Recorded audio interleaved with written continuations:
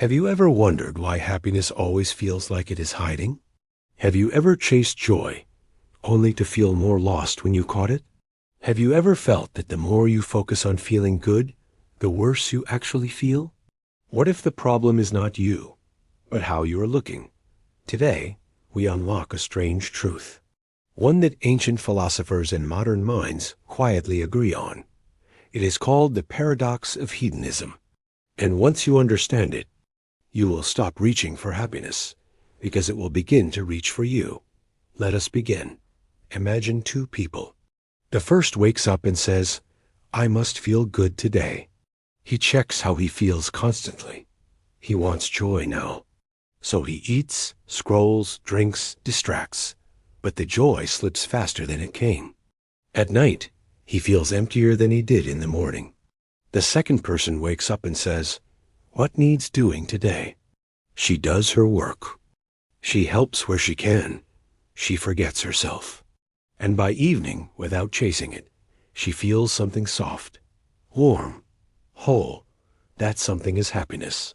Not loud, not blinding, just steady, present. This is the paradox. The more you try to feel happy, the less happy you become. Because happiness is not something you grab. It is something that arrives, quietly, as a result of living well. This strange truth is called the paradox of hedonism. Henry Sidgwick gave it that name, but he was not the first to see it. John Stuart Mill warned, "Ask yourself whether you are happy, and you cease to be so." Even a philosopher of pleasure understood. Joy cannot survive under a microscope. Viktor Frankl, after facing unthinkable loss, wrote, "Happiness cannot be pursued, it must ensue. And it ensues when you lose yourself in meaning, in purpose, in love." The Stoics said the same, that real happiness does not come from chasing feelings, but from living with virtue, from harmony with nature, from mastering yourself, not your emotions. Aristotle called it eudaimonia, not pleasure, but a deep flourishing that comes from living a life of excellence. So let us ask again, what is happiness? Is it a feeling? Is it a reward? Is it the absence of pain? Or is it something else entirely? What happiness is not, let us clear the fog first. Because many seek happiness, but are really chasing illusions. Happiness is not intensity. It is not adrenaline. It is not constant laughter. It is not the absence of sadness. It is not always being comfortable. It is not numbing yourself. It is not entertainment. These may create moments of pleasure, but they often leave you emptier than before, because real happiness has weight. It can hold you steady even when life shakes. When you understand what it is not, you begin to see what it might truly be. Let me tell you a story. There was once a sculptor. He wanted to be remembered. So he sculpted what he thought people would praise. He copied trends. He asked for applause. And for a while, he received it. But at night, his hands trembled. He knew his work was hollow. Then came another sculptor. She did not care who watched. She sculpted what she believed was beautiful. She toiled with care. And though few noticed, her soul felt full. And over time, people did notice. Not because she wanted praise, but because her work held truth. This is the paradox at work. The first sculptor chased joy and lost it. The second chased truth and joy followed her. Modern science agrees. Psychologists call it flow. It happens when you are so focused that time disappears. You are not thinking about happiness. You are simply doing. And joy sneaks in like breath unnoticed, but essential. Flow comes when challenge meets skill, when the mind is not scattered, but present, engaged.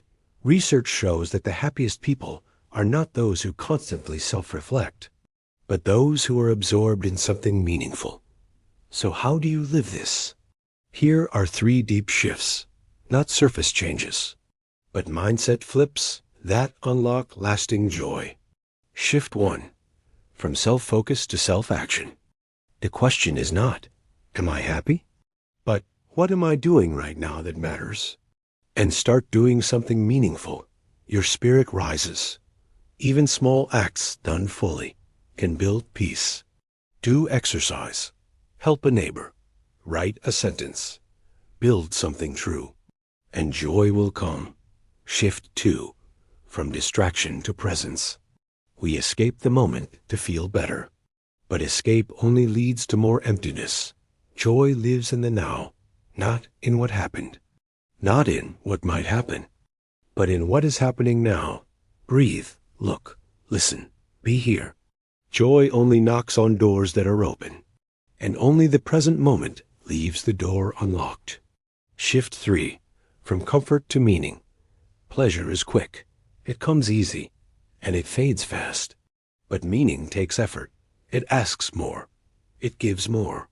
A meal fills the stomach, but a purpose fills the soul.